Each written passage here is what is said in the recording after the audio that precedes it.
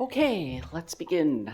I'm Lisa Lippincott. I am here to try and answer this question, what is the basic interface? And I won't pretend that I have a complete answer for you today. What I have is actually 3 answers, all of which are incomplete, even taken together, but I think they point in the right direction, and I think that this is a question that we need to get answered.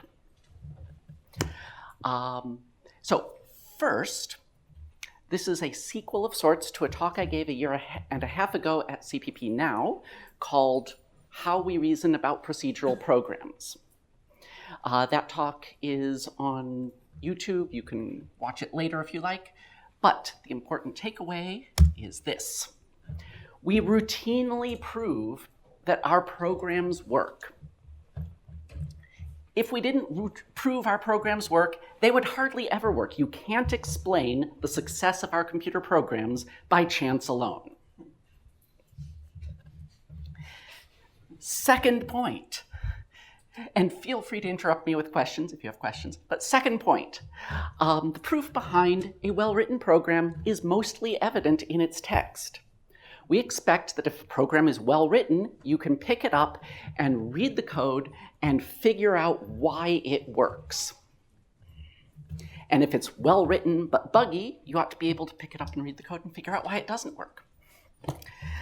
But sometimes the proof we intended is wrong. Either our logic is faulty, we've missed a case, or something that we thought was true wasn't true, or maybe our logic in our head didn't match our code because there was a typo or something. Sometimes our intended proof doesn't quite work. And of course, that leads to bugs. Not all bugs. Some programs are defective by design. But it leads to a lot of bugs, and we will see some of those later. But this leads to an interesting question. Why aren't we having computers check our proofs? And I think a big part of the answer, having thought about this question for a while, is this. We generally aren't clear about what we're trying to prove. In particular, in function interfaces, we don't write down formal requirements and expectations of the function. And there's, to some extent, a reason for that. Our best formal notation for doing proofs is mathematical notation that's like 200 years old. It goes back to a crisis in mathematics that happened in the 1800s. And a new mathematics arose out of that crisis based on an idea called Platonism. Platonism is the idea that mathematical concepts, like 5, exist in a timeless, unchanging parallel universe that we reason about, we access through the eye of our imagination, or if you go back to the original, Plato thought that we accessed it by remembering it from before we were born. It's actually a little crazy when you think about it closely, but it's given us mathematics that has worked pretty well for 200 years. Except because these things are off in their timeless universe, it is hard to talk about them changing. We have mathematics that is hostile to change. And this isn't a problem with reasoning. We are good at reasoning about change, and we do manage to work mathematics about change. But the problem is it has poor user interface for discussing change, and it therefore has poor user interface for discussing procedural programs. Now, one approach would be to write a different sort of program in which nothing ever changes. And that approach has been tried for about 50 years with limited success. I'm going to go the other way. I'm going to say our reasoning should embrace change. I'm going to write mathematics procedurally and integrate it into programs. So, moving on to the next thing, we don't write down all the details of function interfaces. And that's maybe not obvious, but I think it will be by the end of the talk that there's a lot of niggling details that we expect of pretty much every function that we let go unsaid because pretty much every function is like that. But we should at least agree on what the things that can go unsaid are. And that leads us to this talk. The basic interface is the set of expectations we have about a function before we write down the documentation. And if we want a function that does more than the basic interface says, we will add to that. And if we want to weaken it some way, we will remove things from the basic interface. But the blank sheet of paper that we start with is the basic interface. It's the standard expectations, a function doing the usual things. But before we go further, I have to talk a little about interfaces and how we write down interfaces. And now I'm going to play Fantasy C++. I'm going to invent new bits of the language to cover the things I want to say. And here is the first one. This is a function interface. It looks a lot like an inline function. And in fact, it has two salient parts, always inline, and it may have this statement, implementation, somewhere in its outermost block. The implementation statement separates the interface into a prologue and an epilogue. Sorry, I thought I saw a hand, but no. And what does the implementation statement do? The implementation statement invokes the function implementation. It's very like a function call. Our execution path runs through the prologue, through the implementation body, back for the epilogue. It's unlike a function call in three ways. One, it doesn't choose what to call. When a complete function is always composed of an interface and an implementation put together, and the implementation statement is just the jump across to the other part. So when a caller calls a function, they're calling an interface and an implementation together, and this just connects the two. Second thing, if there were parameters to the function, I know there aren't for this one, but if there were parameters, the parameters in the function interface are the same objects as the parameters in the function implementation. They're not copies. And that's going to be important because we are going to want to make assertions about L values as we get further. Third thing, the implementation produces the result of the function, unless it's void, of course. And the implementation returns something. The epilogue can examine the returned value using the identifier result. But the epilogue does not return its own value. It just, when the epilogue completes, the result of the implementation is the result of the whole function. I know that's a lot to grab right now. But we will see some examples in a bit. So if we had a function that calls this, say bar here, we have an execution path that runs through the pre-call region, through the prologue, through the implementation body, through the epilogue, and through the post-call region, as you might expect. Function call on the left, implementation, connection, whatever we'll call that on the right. But I draw this not because I think that was unexpected, but because I'm going to be talking about local reasoning today. I'm going to be talking about covering our programs in a collection of neighborhoods that overlap and cover the execution path. And we're going to reason about the behavior of each neighborhood independently, and then use the fact that they have to agree in the overlapping regions in order to make global conclusions about the correctness of our program.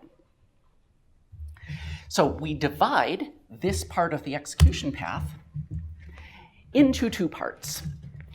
A calling neighborhood, which includes the pre-call region, the prologue, a mysterious gap where the implementation happens, the epilogue, and the post-call region.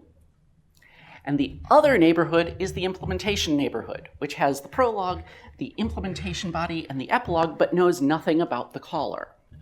We're going to talk about them independently, but note that the neighborhoods overlap in the interface. That's what an interface is. It's the overlapping portions of the neighborhoods. Where the neighborhoods overlap, we're going to put one of them in charge. One neighborhood is always responsible for anything that goes wrong, any undefined behavior. So in the prologue, the calling neighborhood is responsible for any undefined behavior. And I know you might be thinking, because people asked this last time I gave this talk, but whoever wrote the implementation might have written the interface. That's not the calling neighborhood's problem. The calling neighborhood just has to look at the interface and say, if I can't make the prologue work, I can't call the function. Likewise, the implementation neighborhood is responsible for the epilogue. If the implementation can't make the epilogue work, it must not return. And that's how we're going to piece things together, knowing the implementation gets to see what happens in the prologue, and the caller gets to see what happens in the epilogue. But they're not responsible for that. They know somebody else took care of that. It's also worth noting that each neighborhood fits in a single translation unit. Local reasoning like this gives us reasoning that can be checked on the translation unit level. So separately compiled proofs of correctness. The interface is, of course, in both translation units. That's why it's inline. Inline functions are functions that can be in more than one translation unit. So the translation units overlap usually in a header file. That's where you generally put interfaces. So now we know about interfaces, we can return to the question of what's the basic interface. And I gave you one answer already, which is that the basic interface is what you have before you write anything down. Here's answer number 2. This is the basic interface. It's what you have before you write anything down. I'm not going to end the talk here. The rest of the talk is going to be about what things are implicitly part of the basic interface, what things do not have to write down. And the first thing, no, not the first thing, thing 0 of the basic interface, rule 0, is this. At the points where responsibility passes from one neighborhood to another, there must be no undefined behavior so far. And that is really the basis of all the reasoning we're going to see. If you can't get into the function without undefined behavior, then there's no way for the implementation to prove anything. So the caller is responsible for making sure there's been no undefined behavior so far at the point the implementation is entered. And the implementation is responsible for there being no undefined behavior so far at the point control returns to the caller. And another bit of notation, I'm going to put the big blue dot next to things that can go unsaid. So blue dot means that's part of the basic interface. You don't have to write it down, but I'm writing it down. I'm writing it down anyway. Are we okay? Mm-hmm. I'm writing it down anyway because that's what this talk is about, writing down the things that you don't have to write down.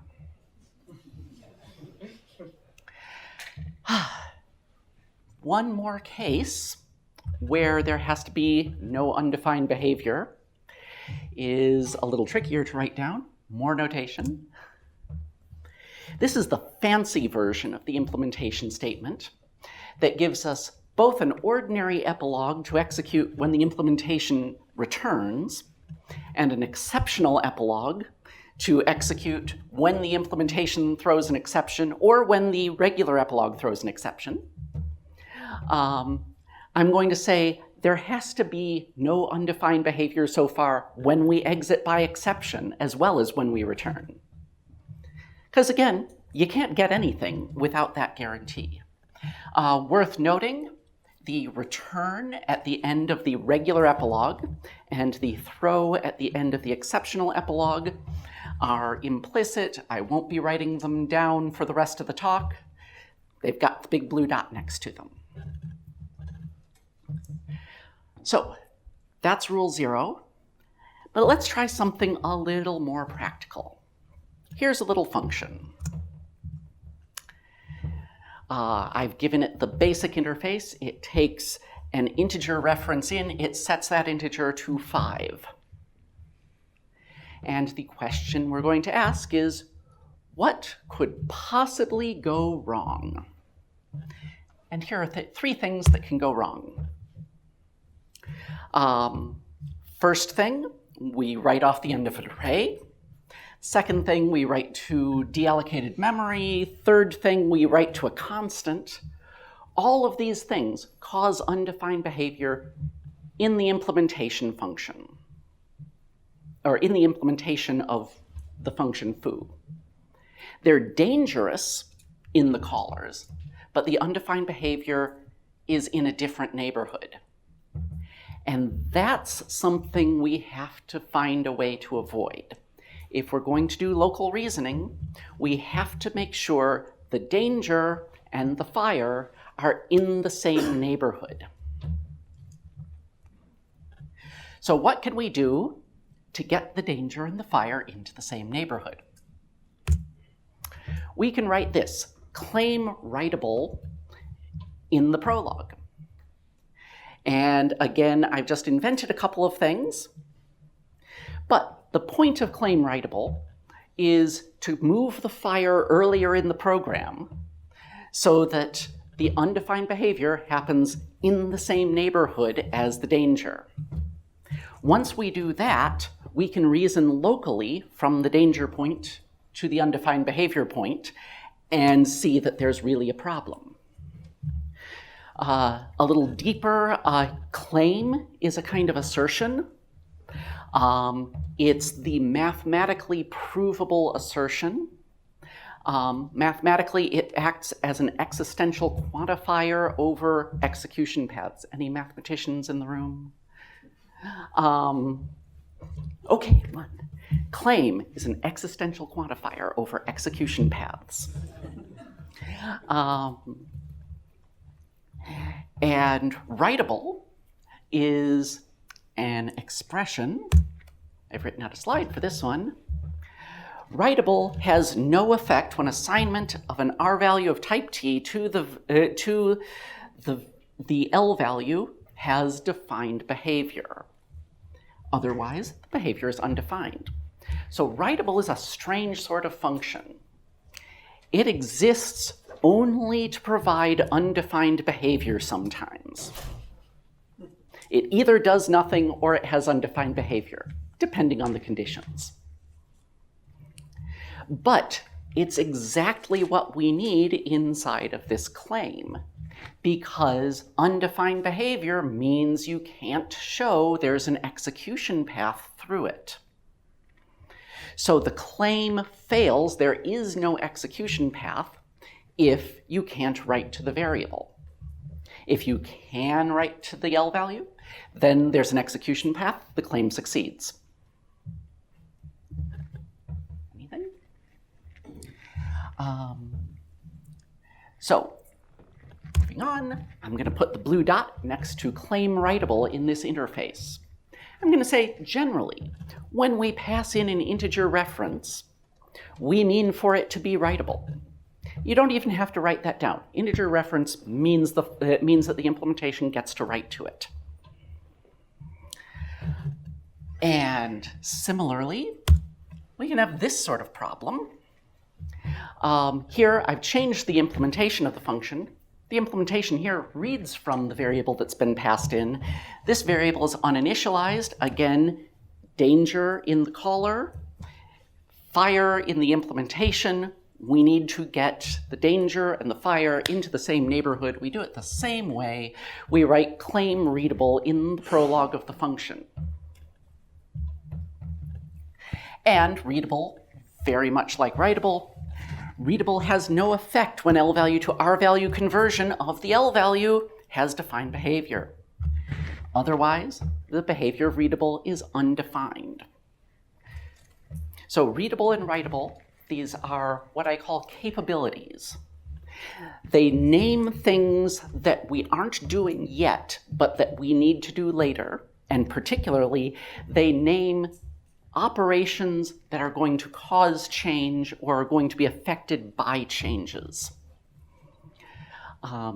So, readable and writable, part of the basic interface here. I pass in an integer reference, I expect it to be readable and writable. Yes? So, since the interface is knowledgeable about the implementation, or at least the prologue is, why do we have to claim writable for this implementation? For this implementation, perhaps we wouldn't, but I'm saying writable. Oh, the question is, why do we have to claim writable for this particular implementation? And the answer is, we could have written a different interface here. I'm saying this interface, the basic interface, the implicit thing, is going to be writable if you pass in an integer reference. And we will see later ways to avoid saying quite so much. But the thing you get for free for int ampersand is readable and writable.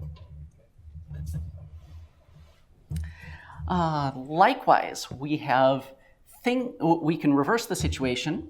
We can have danger in the implementation leading to undefined behavior in the caller, as in this case, where I've actually taken a variable that the caller passed in, destroyed it, constructed an uninitialized variable in that spot so that the caller won't be able to read from it. And that's kind of crazy. You should be thinking, that code is kind of crazy. You shouldn't do that. But if you're thinking, you shouldn't do that, then don't do that is probably part of the basic interface. So we will be seeing a lot of stupid code today showing reasons why don't do the stupid thing is part of the basic interface. But once again, I'm going to just, whoops, what did I just do? Is that not the same slide as before?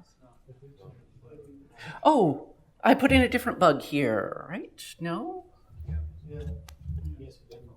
I read the wrong one.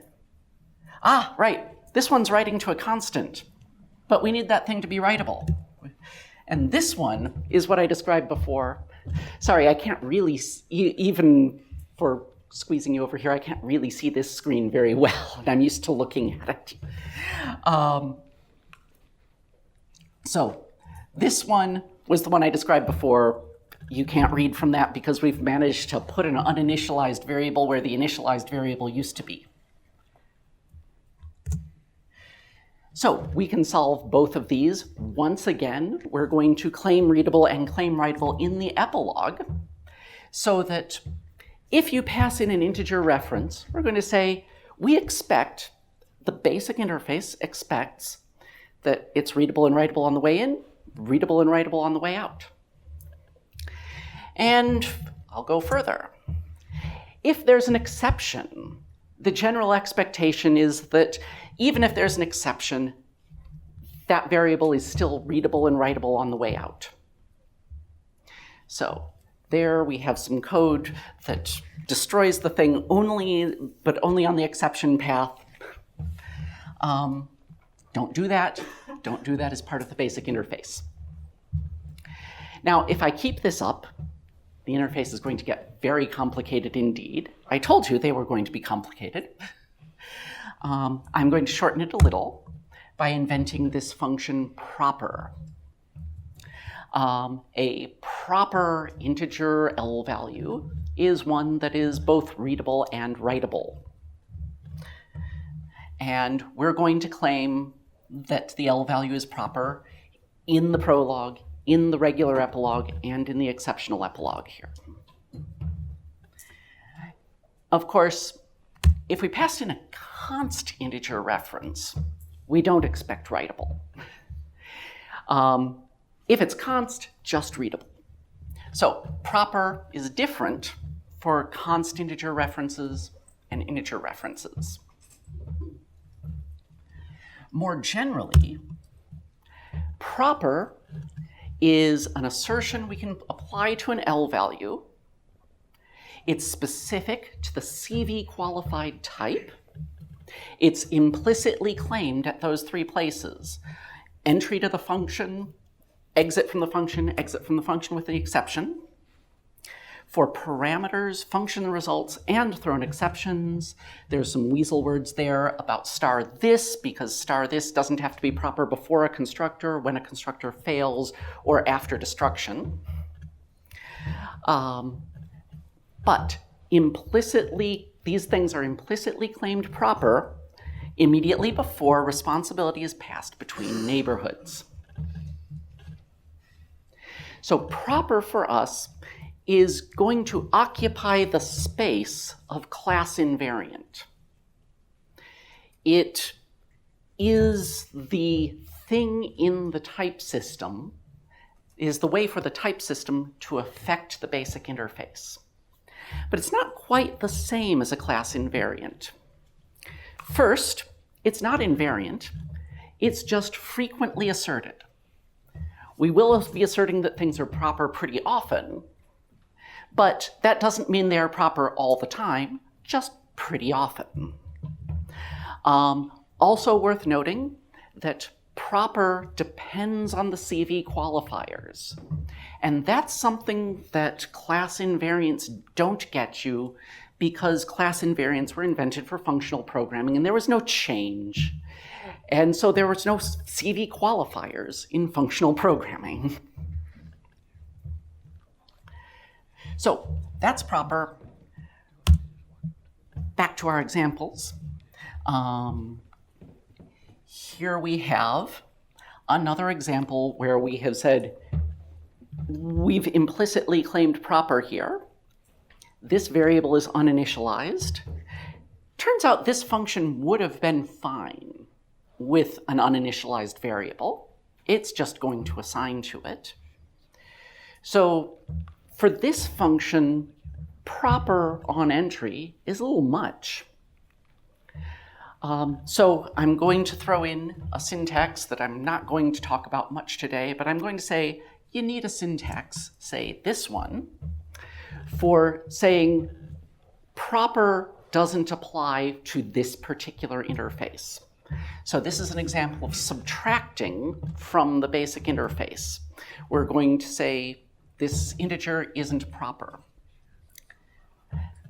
Leaves us in a bit of a hole as to the writability of x, though. Now, in this example, knowing everything, we know that x will be writable.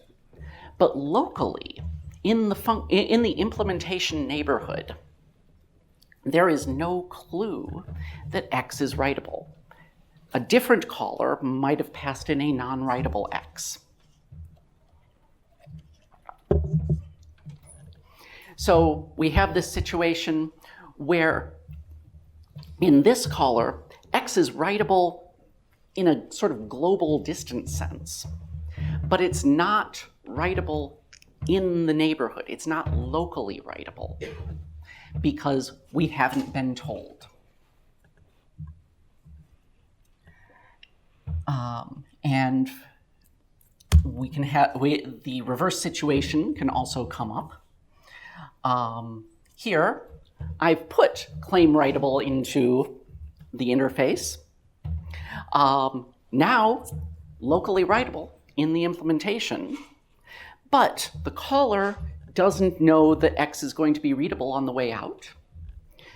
So X, or I guess, yes, X is not locally readable after the function for the caller. And so we're going to have to put in a claim of propriety explicitly in the epilogue here. And we're going to have to stick in a claim of writability in the exceptional epilogue. You might notice you start using improper, things get a little out of hand. You have to start writing a lot more stuff down. I think, therefore, this syntax is not quite right. I've got some better ideas, but so if you're a language designer, don't use that. It's not quite baked yet. But the point is, we need some relief from proper sometimes. On the other hand, that business of being locally writable is really neat. Because usually when we're asking, can we write to this variable? We don't mean, is it allocated to some part of our program? We mean, is it okay for this particular function we're writing to write to it? And that's the situation we run into, the devastating situation with buffer overflows, for example. It's not that you are writing to something that'll cause a core dump because you wrote to it. That's bad. But worse is you wrote over some other data that was important to some other part of your program that you weren't supposed to be writing. So locally writable is a much more interesting condition than globally writable. So I'm going to change the definition of writable to match it. Yes? In your exceptional epilogue, why did you decide that the claim did not also need to be readable? The question is, in the exceptional epilogue here, why did I say claim writable instead of claim proper? That is, why am I not asserting that it's going to be readable if an exception is thrown? And the answer is, it's dangerous to claim more on an exception than you got on the way in from the prologue. Because if something goes wrong before you fix the variable, you're left with whatever you had whatever properties you had when you came in. In this case, I know assignment to an int isn't actually going to throw an exception, so we would have been fine. We would have been fine if there weren't an exceptional epilogue at all, maybe. But more generally, claiming more in the exceptional epilogue than you get from the prologue is dangerous. Anything else? Okay, locally writable. I am changing the definition of writable to the local version. This one has no effect when writable has been previously asserted in the responsible neighborhood more recently than the L value has been destroyed. And I know that more recently than the L value has been destroyed is kind of weasel words. We'll get to that later. But otherwise, the behavior is undefined. This is a weird definition. Here I'm saying you get writable from having previously asserted writable. But this is exactly what we want. In our implementation, we might want to assert writable, and the way we might get it from in our implementation is by having asserted it in the prologue. But we're not responsible for the assertion in the prologue. The caller is responsible for the assertion in the prologue. And maybe it can make that assertion work because there's an assertion of writable in the caller's prologue. Or maybe it got it from the epilogue of a function it called. And each step of this chain is in a single neighborhood. The logical step is we've seen the writability asserted, and so we can assert it again in the same neighborhood when we are responsible. Each step is in one neighborhood, but the path crosses many neighborhoods because the assertions can appear in the interfaces where neighborhoods overlap. So writability traces a path from the construction of the object where it originates into interfaces, into more interfaces, out of epilogues, and to the place where we call it. So the global proof that the object is writable is this long path that it's taken to get to our claim. But the local proof is just, it was claimed up there in our prologue.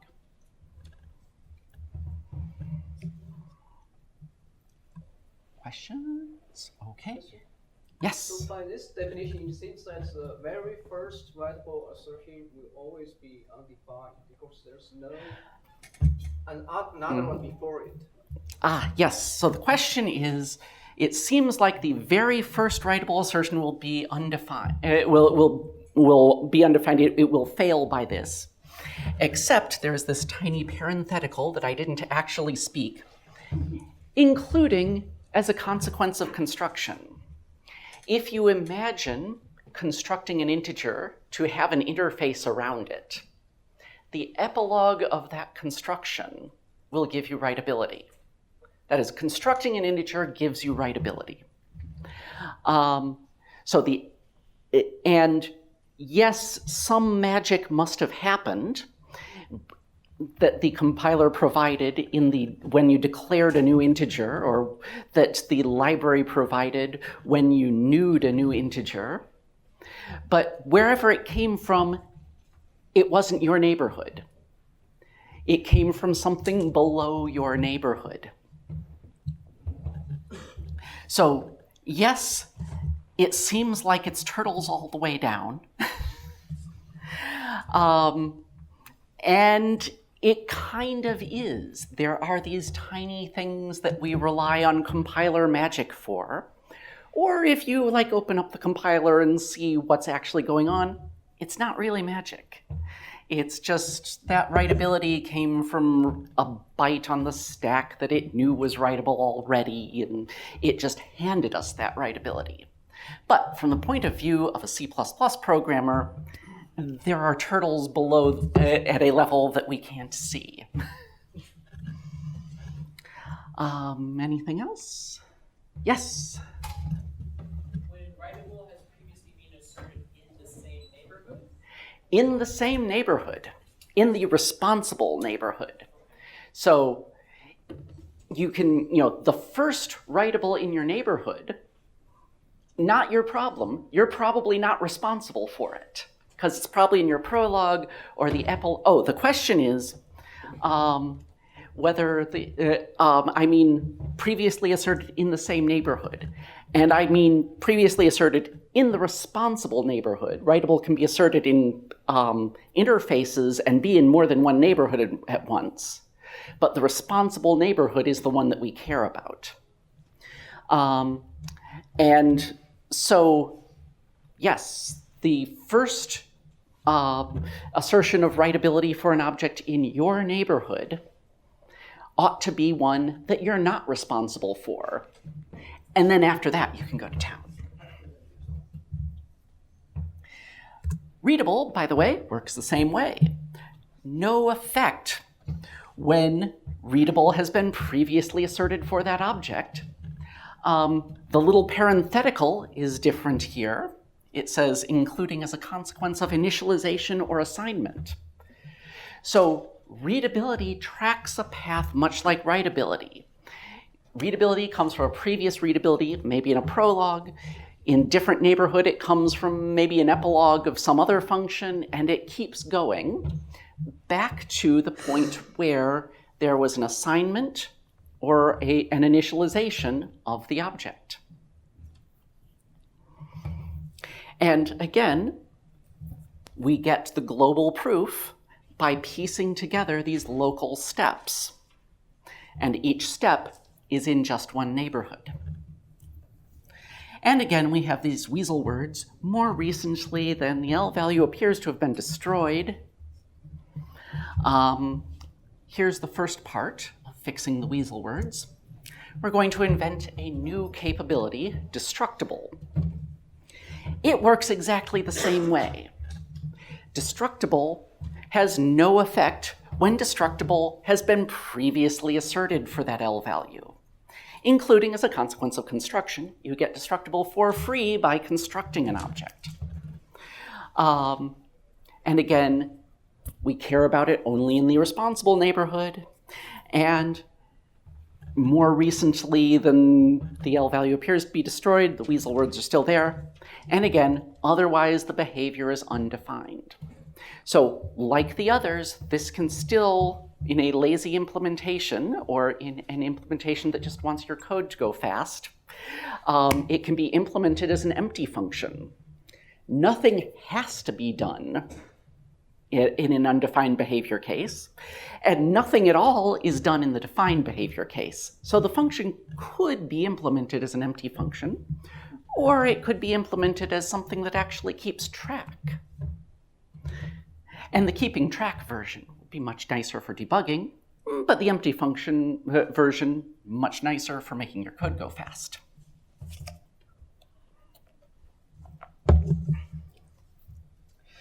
So, with that in hand, let's look back at the mysterious gap I told you about in the calling neighborhood.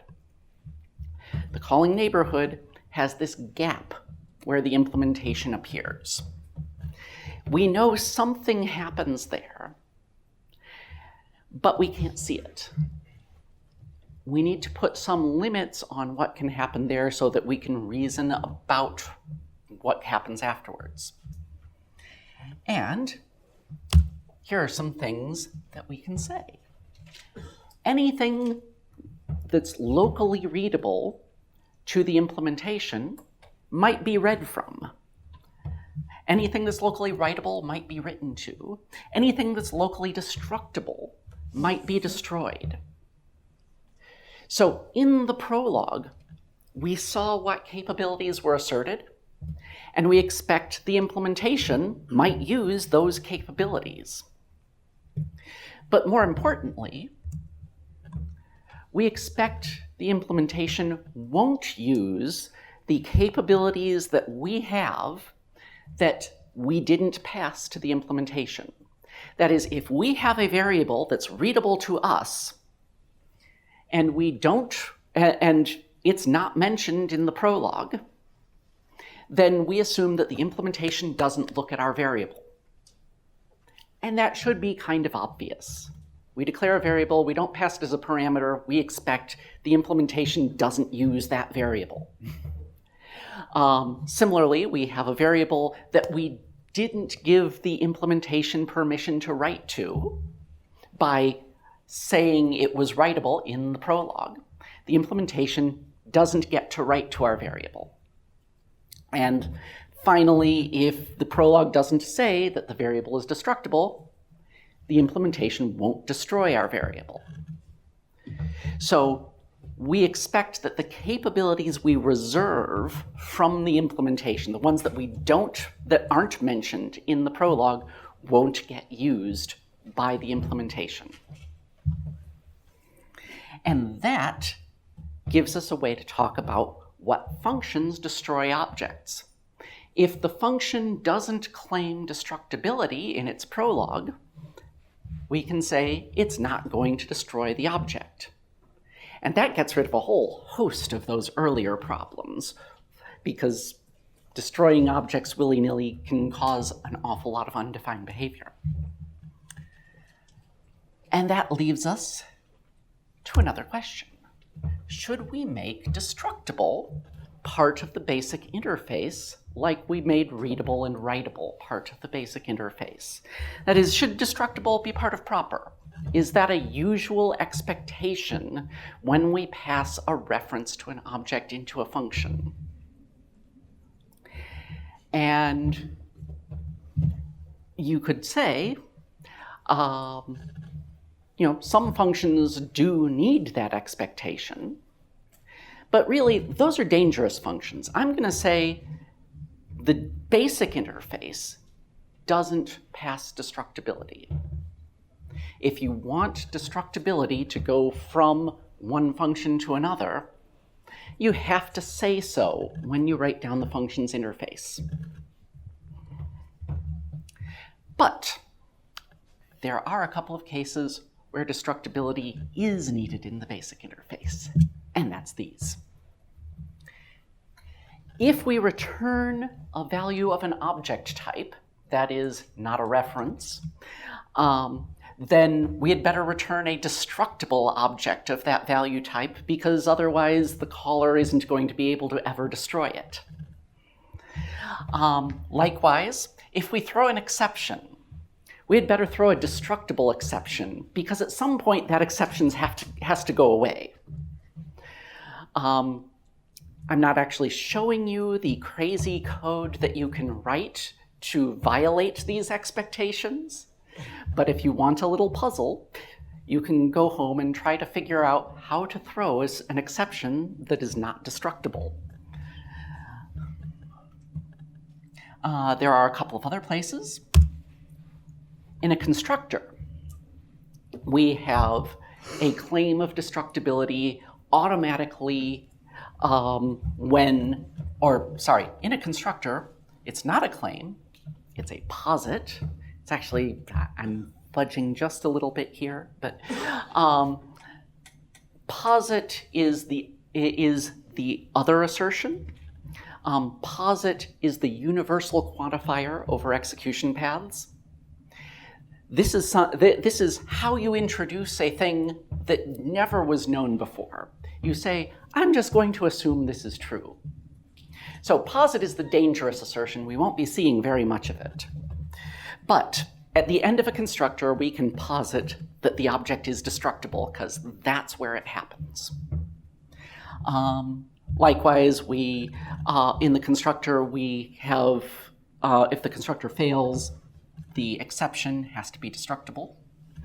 In a destructor, the other side of the slide, we claim destructibility at the top of the destructor for the last time. This is where destructibility goes away. And you shouldn't destroy an object if it's not destructible, and that's where it gets enforced. Same thing, if the destructor fails, the exception still has to be destructible. There's a little bit more to say about constructors and destructors.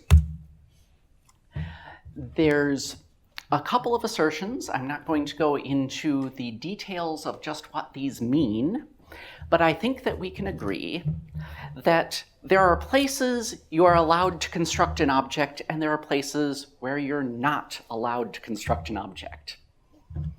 And I'm going to say unoccupied space means it's okay to construct an object here.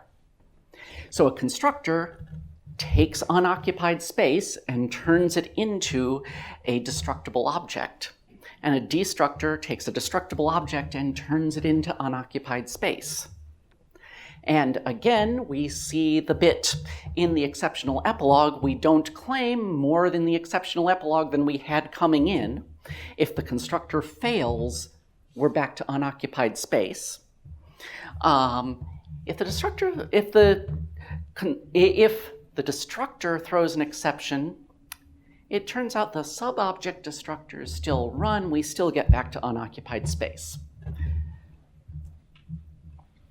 So, constructors and destructors get you from unoccupied space to destructible object and back. And this shouldn't be too surprising, I think. I know I'm saying tons of obvious things. The basic interface is about saying the obvious things.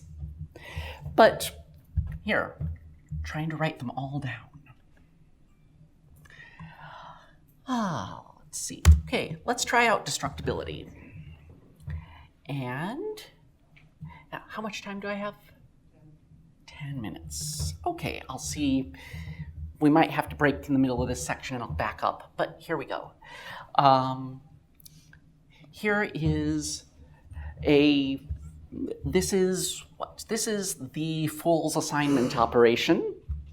Instead of doing an assignment, we're going to destroy the object and construct a new one in its place.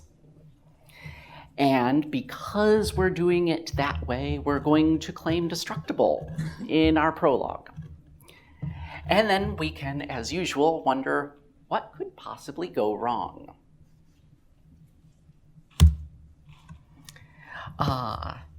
Here is something that could possibly go wrong. We claimed destructible in our prologue, but after we destroyed the object, we created a new one, and we didn't tell the caller that that was destructible. And so when the caller implicitly tries to destroy the object we created, it can't, because that object appears to have been destroyed already. That's us keeping track of appears to have been destroyed. This interface appears to destroy the object that's passed in. And of course, that's a problem that causes code that we thought should work to not compile. Worse would be this code. Here, we have created the object on the heap. There is no implicit destructor here. The destructibility of this object that was created by the implementation has been lost. It can't ever be destroyed. But we didn't notice. We've just leaked that object. We don't like leaking our objects. So I'm going to say, at the end of a function, here at the end of the epilogue, at the point where responsibility is transferred, there has to be no leaked destructibility. That is, all the destructibility that was known to the implementation at that point has to have been mentioned in the epilogue. So I can't just let the destructibility fall flat on the floor in the epilogue. It has to get passed back. And that gets rid of our memory leak. Or in this case, it doesn't actually get rid of the problem there, but we can add in a claim of destructible to get around that. Now we had destructibility at the end of the epilogue, but we mentioned it, so we're okay. It's not leaked. And similarly, if there's an exception, no leaked destructibility. We want all the destructibility to stay in play until the object is destroyed.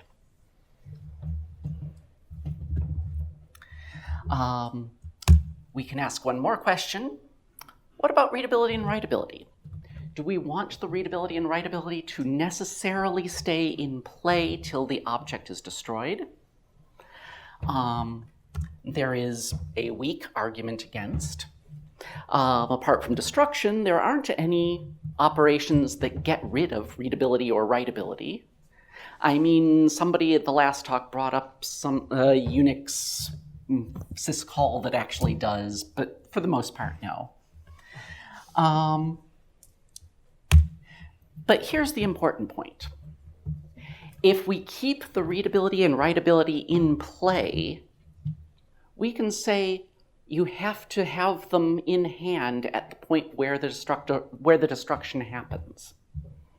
That is, if destruction requires the readability and writability, we can know that the readability and writability are gone after destruction, because the interface for destruction is going to take those capabilities in and not give you them on the way out. And I think that's a pretty good place to break for to have our break. Are there any questions before we go? No questions. How does this generalize to all other operations against a value? Excellent question. Stateful objects. Excellent question. The question is, how does this generalize to all other operations for a value? More generally, we're going to have to be able to invent new sorts of capabilities, mostly by combining existing readability and writability in interesting ways. And these capabilities can be associated with proper for a particular type, so that we know a proper vector, for example, will have the ability to read and write its elements. Or a proper const vector would have the ability to read its elements. So invent the appropriate capability, name the most usual set of capabilities for the object proper, and that brings them into the basic interface. Anything else? Yes? Well, I don't know why this, apart from destruction, things are common. Why do I think the fact that very few operations forget readability and writability is a con for making not leaking readability and writability part of the basic interface? I suppose you might think that it's needlessly complicating the basic interface to say something so obvious. Now that I think about it, the basic interface is all about complicatedly saying things that should be obvious. So maybe that's not much of a con at all. I agree. It's a very weak argument, but I'm against it. I am pro on this issue. So I just tried to make the best other side I could. Anything else? I guess it's time to take a break.